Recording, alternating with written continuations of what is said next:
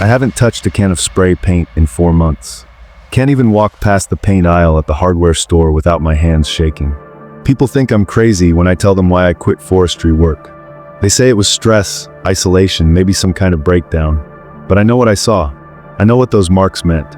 And I know that somewhere in the Willamette National Forest, there's a Douglas fir with my name painted on it. Not marked by me, but painted in my exact handwriting, in the exact orange spray paint I used for work. And according to the pattern I discovered, according to what those symbols mean, I should already be dead. My name is Aaron Mitchell, and for 8 years, I worked as a timber cruiser and tree tagger for the U.S. Forest Service.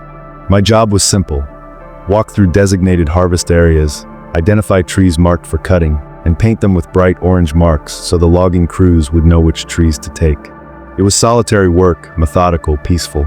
Just me, the trees, and the quiet of the forest. Until the marks started changing.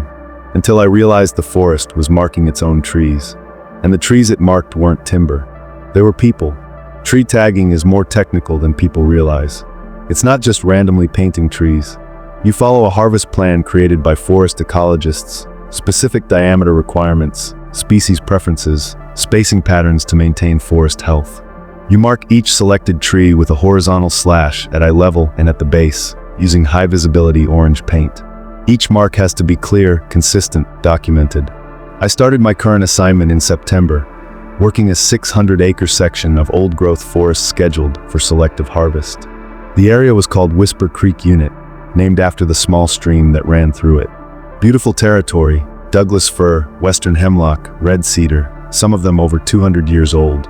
My job was to mark approximately 800 trees over a 3-month period, working alone, camping in a small trailer at the unit's access road. My supervisor, a woman named Patricia Bowman, had been with the Forest Service for 30 years. During my initial briefing, she went over the usual safety protocols: bear awareness, communication schedules, emergency procedures. Then she mentioned something that seemed odd at the time. When you're marking trees, stick to the harvest plan exactly. Don't improvise, don't mark trees that aren't on the list. And if you see any trees with marks you didn't make, radio it in immediately. Other taggers working this area? I asked. She hesitated. No, you're solo on this one. But this unit has history. The last tagger we had here, a guy named Ron Carpenter, he reported some irregularities before he transferred out. Just stay on protocol, document everything, and you'll be fine. I should have asked what kind of irregularities, but I didn't. I just nodded, signed my paperwork, and headed into the forest. The first 2 weeks were perfect. I'd hike out each morning with my GPS unit, paint cans, and marking gauge, navigate to my designated section, and spend 6 to 8 hours tagging trees. The work was meditative. The forest was quiet except for wind through the branches and the occasional bird call. I'd mark 30 to 40 trees a day, photograph each one for the database, and return to my trailer by evening. I kept detailed logs as required. Date, GPS coordinates, tree species, diameter at breast height, mark location. Everything by the book. It was September 23rd when I first noticed something wrong. I was returning to an area I'd marked 3 days earlier to photograph some trees I'd missed in my documentation. As I approached the first tagged tree, a Douglas fir 36-inch diameter, I noticed the mark looked different. The horizontal slash I'd painted was still there, but there were additional marks now. Small symbols, painted in the same orange paint, arranged in a circle around my original mark. They looked like stick figures, simple, crude, but deliberate. 5 of them, evenly spaced, like children holding hands in a circle. I checked my photos from 3 days ago. My mark had been clean, no symbols. Someone had added these. But who? The area was closed to public access during harvest planning. No hikers, no campers, no one but me should have been there. I radioed Patricia. Hey, I've got some vandalism out here. Someone's adding marks to trees I've already tagged. What kind of marks? Symbols. Like stick figures. Could be kids, maybe? There was a pause. Aaron, that area is gated. No one should be accessing it. Can you send me photos? I photographed the symbols and sent them via satellite link. Patricia called back 20 minutes later. Aaron, I need you to mark those trees in your log as compromised and move to a different section. Don't paint over those symbols, don't alter them. Just document and move on. What is this? Has this happened before? Another pause, longer this time. Ron mentioned something similar. We investigated. Never found evidence of anyone else in the area. It's probably just paint dripping, creating patterns. Happens sometimes with cheap spray paint. But I'd been using professional forestry marking paint. It doesn't drip. It doesn't create perfect stick figure symbols. I did as she asked. Documented the tree, moved to a new section. But I couldn't stop thinking about those symbols. They were too precise, too intentional. Over the next week, I found them everywhere. Every tree I'd marked had been altered. The symbols were always the same, stick figures in circles, sometimes 5, sometimes 7, sometimes 12. Always in perfect circles around my marks. Always in the same orange paint. And they were appearing overnight. I'd mark trees in the afternoon, return the next morning, and find them changed. I started varying my schedule, marking trees at different times, but it didn't matter. By the next day, the symbols would be there. On October 1st, I decided to stake out one of my marked trees. I tagged a western hemlock around 4 p.m., photographed it, then hiked about 100 yards away and set up a concealed position where I could watch it. I sat there until dark, watching through binoculars. Nothing. No one approached the tree. I returned at dawn. The symbols were there. 5 stick figures in a perfect circle, painted sometime during the night while I'd been watching. That's when I started to feel it, the sensation of being watched. Not by a person, but by the forest itself. Like the trees were aware of me, tracking my movements, waiting for something. I called Patricia again. This isn't paint drip. Someone or something is adding these marks. I want to know what Ron Carpenter reported. What really happened here? She sighed. Ron claimed the marks were appearing on their own. No evidence of other people, no footprints, nothing. He also said the symbols matched, patterns. Deaths that had occurred in the forest over the years. Hikers who'd gone missing, hunters who'd had accidents. He became convinced the marks were predictive. Predictive of what? Deaths, Aaron. He thought the forest was marking people for death. That's why we transferred him. He needed psychological evaluation. Did he get it? No. He quit the Forest Service entirely. Last I heard, he moved to Nebraska. Wouldn't even visit forests anymore. I should have quit right then. Should have packed up and left. But I had student loans, bills, and this was a good-paying contract. I convinced myself Ron had just cracked under the isolation. I could handle it. October 7th changed everything. I was working a new section when I found a tree that I hadn't marked. A massive red cedar, probably 300 years old, at least 6 feet in diameter. Someone had painted it with orange symbols. Not my mark, but dozens of stick figures covering the entire trunk from ground level to about 8 feet high. They were arranged in groups, each group encircled, creating a pattern across the bark. In the center, at eye level, was something that made my blood go cold. Words, painted in rough letters, 14 taken. 3 remain. I photographed everything and sent it to Patricia immediately. I've got something you need to see. This isn't vandalism. This is a message. She called me within minutes. Aaron, I need you to send me the GPS coordinates of that tree. Right now. I sent them. I heard her typing, pulling up something on her computer. Then silence. Patricia? That tree. Aaron, that tree is known internally as the witness tree. It's been there for over 400 years.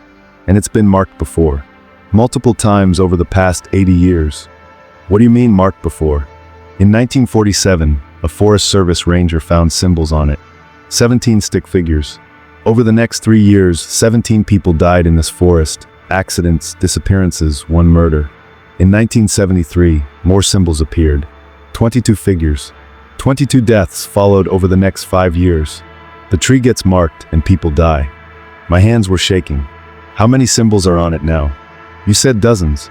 You need to count them. Exactly. I returned to the tree, forcing myself to move slowly, carefully. I counted every figure, every symbol, every mark. Photographed them systematically. The figures were arranged in groups of different sizes. Some groups had 5 figures, some had 7, some had 12. Total count, 63 stick figures. And they weren't just random symbols. Each group was unique. Different poses, different arrangements. I photographed everything, sent it to Patricia, and waited. When she called back, her voice was shaking. Aaron, I pulled historical records. Cross-referenced missing persons, accident reports, deaths in this forest going back to 1945. I found matches. Each group of symbols corresponds to a real incident. The group of 5, that's a family who died in a car accident on the forest road in 1952. The group of 7, Hikers who got lost in 1968, found dead from exposure. The group of 12, that's from 1989, a logging crew accident. And the 3 that remain? I don't know. But 14 taken, 3 remain. Aaron, 14 people have died or disappeared in this forest in the past 6 months. Search and rescue cases, accidents, 2 unsolved disappearances. 14. I felt sick. And 3 remain. 3 more people are going to die. We're evacuating you. Pack up tonight. We'll have someone there in the morning. Patricia, there's something else. I'd been walking around the tree while we talked, examining it from all sides. On the back, hidden from my initial view, were 3 more symbols. Freshly painted, the orange still slightly wet. 3 stick figures, standing apart from all the others. And underneath each one, words. Names. The first name I didn't recognize. The second name was Patricia Bowman. The third name was mine. Aaron Mitchell. I ran. I don't remember deciding to run, but suddenly I was crashing through the undergrowth, branches whipping my face, my radio bouncing against my hip. Patricia was shouting through the speaker, asking what was wrong, but I couldn't answer. I just ran.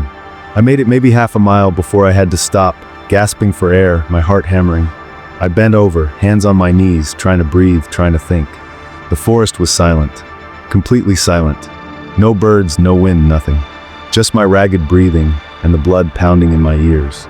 Then I heard it, a sound like spray paint, that distinctive hiss rattle of a can being shaken, then the soft spray of paint being applied.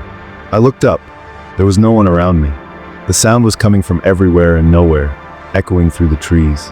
Hiss rattle spray. Hiss rattle spray. I turned in a slow circle, trying to locate the source. That's when I saw them. My marked trees, the ones I'd tagged over the past 3 weeks.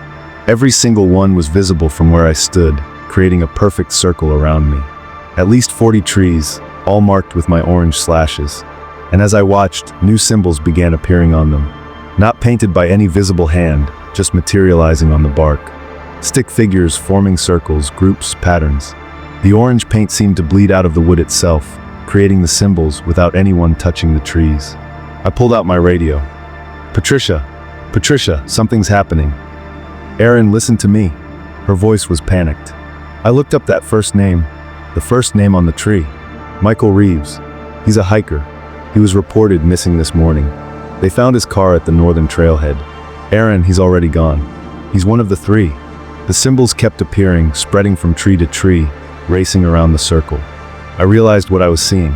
The trees I'd marked weren't random. Over 3 weeks, without knowing it, I'd created a pattern. My marks formed a spiral, leading inward to this exact spot, and I was standing at the center. Patricia, how do I get out of here? How did Ron survive? Ron didn't work this section. Aaron, the previous tagger who worked Whisper Creek unit, was Michael Reeves. He quit 8 months ago. That's why we needed you. Aaron, the forest doesn't just mark people who die here. It marks the people who mark the trees. You were his replacement. The symbols had covered every tree now, and they were all pointing inward, pointing at me. I heard the spray paint sound again, much closer. I spun around and saw it. A Douglas fir, maybe 20 feet away. Fresh orange paint was appearing on its trunk, forming letters. My name, Aaron Mitchell. But I was standing right there. No one was painting it. It was just appearing. And below my name, more words forming. Tomorrow. 2:47 a.m. I ran again. This time I didn't stop until I reached my trailer. I threw everything I owned into my truck, called Patricia and told her I was leaving immediately, and I drove.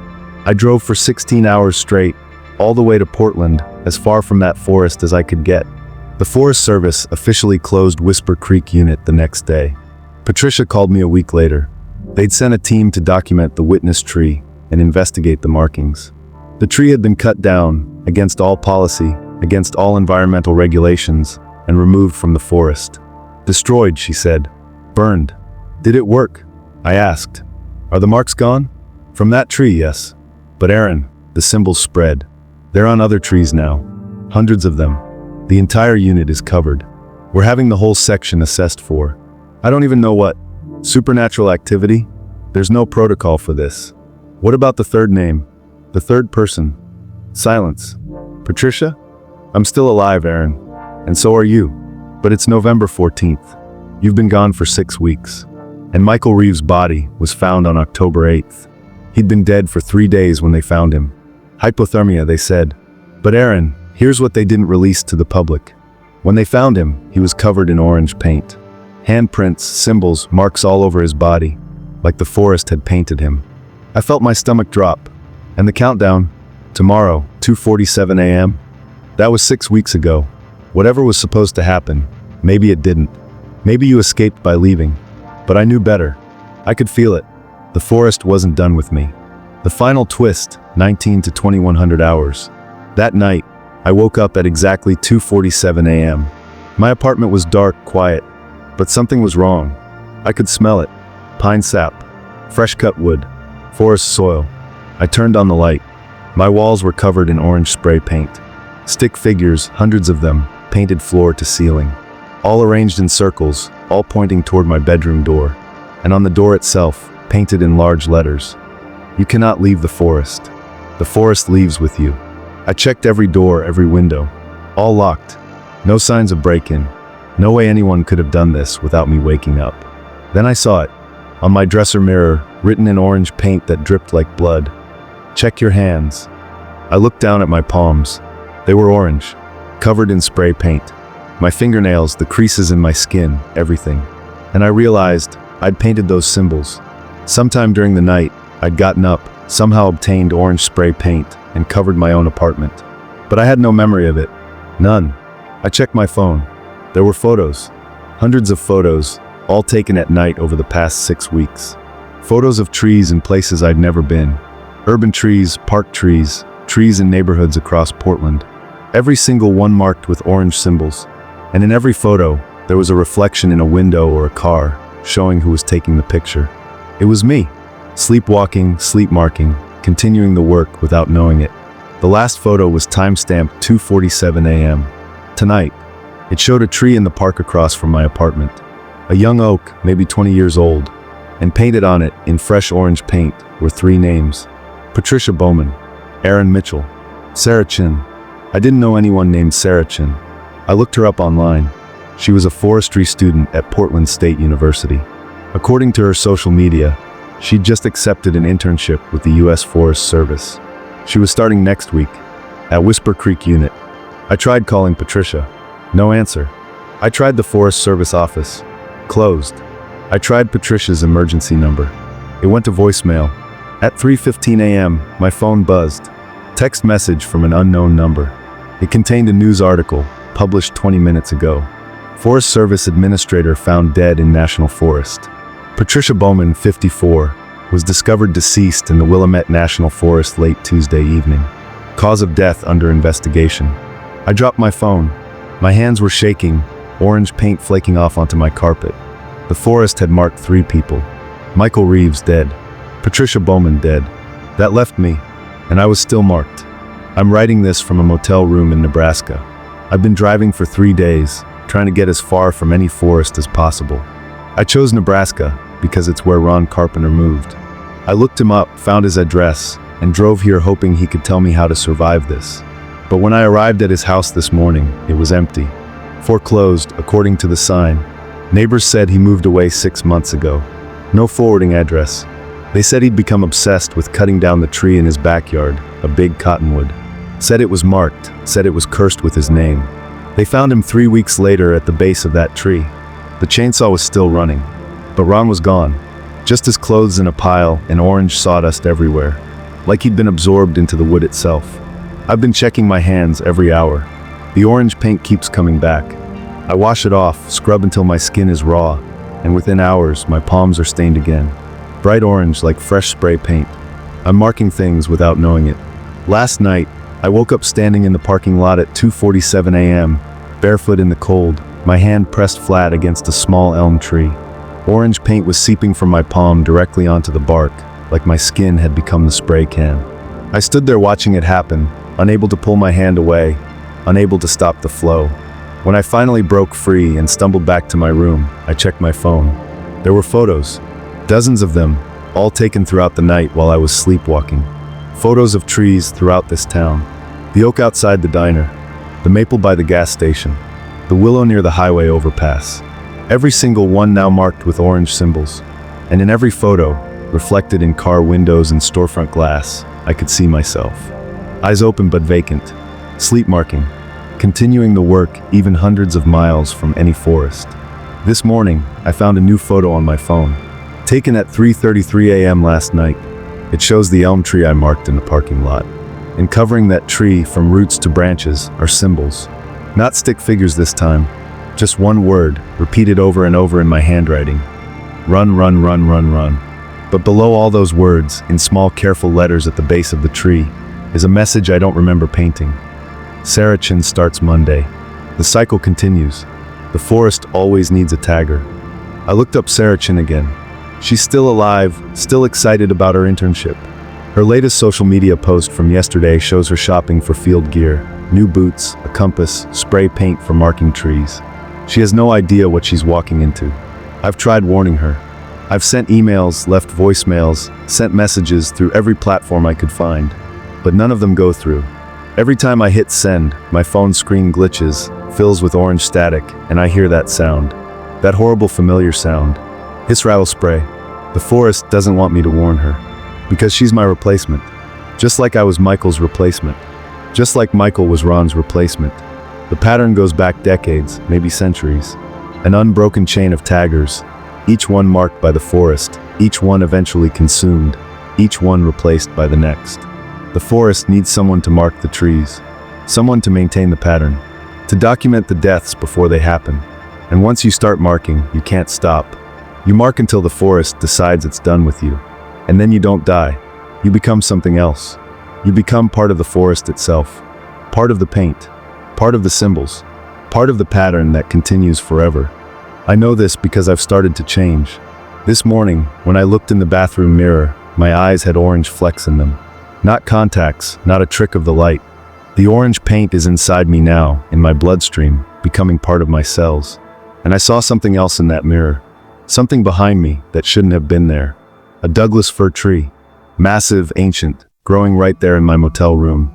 Its roots spreading across the cheap carpet, its branches brushing the ceiling. And painted on its trunk in fresh dripping orange paint was today's date and a time. November 15th, 2:47 a.m. That's tonight. In 8 hours. My hands won't stop shaking. The orange paint is spreading up my wrists now, creeping toward my elbows like a stain I can never wash out. I can taste pine sap in my mouth. My fingernails are turning brown, rough like bark. I know what happens at 2:47 a.m. I've known since I found my name on that tree in Whisper Creek. The forest doesn't kill you. It transforms you. You become a marker yourself. A living symbol. A warning that no one can read. And then you go back to the forest, back to the trees, and you wait there, under the bark, inside the wood, part of the pattern, until the next tagger comes along. That's what the stick figures are. They're not symbols of dead people. They're the people themselves, trapped in the trees, transformed into paint and wood and warning signs that no one understands. I can hear them now. Hundreds of voices, whispering through the walls of this motel room. Every tagger who came before me. Ron Carpenter, Michael Reeves, names I don't recognize going back decades. All of them calling to me, welcoming me. Join the pattern, they whisper. Become the mark. The forest needs you. The forest is waiting. I don't want to go. I don't want to become one of them. But my body is already moving. Even as I write this, I can feel my legs preparing to stand. Feel the pull of the forest, hundreds of miles away, calling me home. The orange paint is on my chest now, spreading like roots across my skin. In another hour, it will reach my heart. And then I won't be Aaron Mitchell anymore. I'll be something else. Something that exists between human and tree. Between living and marked. If you're reading this, if you work in forestry, if you're ever offered a job marking trees for harvest, refuse. Walk away. Find any other work. Because the trees don't need us to mark them. The trees mark us. And once you're marked, you're never really human again. You're just another symbol in a pattern that's been repeating for hundreds of years. A pattern that will continue long after we're all gone. A pattern that feeds on taggers and foresters and anyone foolish enough to think they can control the forest. The forest controls us. It always has. I can smell pine needles. The door is locked, every window sealed, but something is inside the room with me now. Something that smells like old-growth timber and fresh-cut wood and the deep soil beneath ancient trees. The orange paint has reached my neck. I can see it in my phone's camera, spreading like veins across my throat. My voice sounds different now. rougher, like wind through branches. It's 6:47 p.m., 8 hours until 2:47 a.m. I don't think I'll make it that long. The transformation is accelerating. My skin is hardening. My fingers are stiffening. When I bend them, they crack like breaking twigs. Sarah Chen's internship starts in 3 days. She'll arrive at Whisper Creek Unit. She'll be given her marking supplies, her GPS unit, her harvest plan. And she'll walk into that forest thinking she's there to tag trees. But the forest will be waiting. And it will mark her, just like it marked me, just like it marked everyone before me. And the cycle will continue. Forever. I'm so sorry I can't stop it. I'm so sorry I can't warn her. I'm so sorry I became part of this. The voices are louder now. They're not whispering anymore. They're calling my name. Aaron. Aaron. Come home, Aaron. Come back to the trees. Become the mark. Complete the pattern. I can see the Douglas fir clearly now. It's not a reflection or a hallucination. It's real. Growing in the corner of my room, roots breaking through the floor, branches pressing against the ceiling. And carved into its bark, in letters that look like they were burned there, is my name. Below my name, one more line of text appears as I watch, burning itself into the wood letter by letter. The forest thanks you for your service. My hands are fully barked now. Brown, rough, rigid. I can't hold the phone anymore. It's falling from my wooden fingers. The last thing I see before my eyes close forever is the time on the screen. 2:47 a.m. Wait, that's wrong. It was 6:47 p.m. a moment ago. But the clock says 2:47 a.m. And the date has changed. I lost 8 hours. They're just gone. And I'm not in the motel anymore. I'm standing in a forest. It's dark, cold, and I'm surrounded by trees. Tagged trees. Orange marks everywhere. I try to move, but I can't. I look down at my feet. They're not feet anymore. They're roots, growing down into the soil, spreading, anchoring. I try to scream, but no sound comes out. My mouth won't open. It's sealed shut, bark growing over my lips. The last thing I feel is the spray paint. That cold, familiar sensation of orange paint being applied, covering me, marking me, turning me into a symbol. And then I'm just a tree, standing in Whisper Creek Unit, marked with an orange slash, waiting for the logging crew, or maybe waiting for Sarah Chen, waiting to whisper my warning through the bark, waiting to add my voice to the hundreds of others, waiting to watch her make the same mistakes, mark the same trees, follow the same pattern. Don't mark the trees. Please, whatever you do, don't mark the T.